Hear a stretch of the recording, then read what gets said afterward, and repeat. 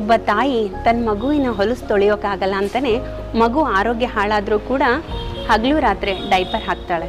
ಆದರೆ ನಮ್ಮ ಪೌರ ಕಾರ್ಮಿಕ ಬಂಧುಗಳು ಇಡೀ ಊರಿನ ಹೊಲಸನ್ನು ಶುಚಿಗೊಳಿಸ್ತಾರೆ. ಆದರೆ ನಾವುಗಳು ಎಲ್ಲಂದರಲ್ಲಿ ಕಸ ಚೆಲ್ಲೋದು, ಸಿಕ್ಕಲ್ಲಿ ಉಗುಳೋದು, ಮನೇಲಿ ಟಾಯ್ಲೆಟ್ ಇದ್ದರೂ ಕೂಡ ಮಕ್ಕಳನ್ನು ರಸ್ತೆ ಮೇಲೆ ಕೂರಿಸೋದು, ಬೀದಿಗೆ ತಂದು ಕಸಗಳನ್ನು ಚೆಲ್ಲೋದು, ಅಪಾಯಕಾರಿ ಕಸಗಳನ್ನು ಹಸಿ ಕಸದ ಜೊತೆ ಸೇರಿಸೋದು, ಈ ಥರ ಎಲ್ಲ ಮಾಡ್ತಿರ್ತೇವೆ.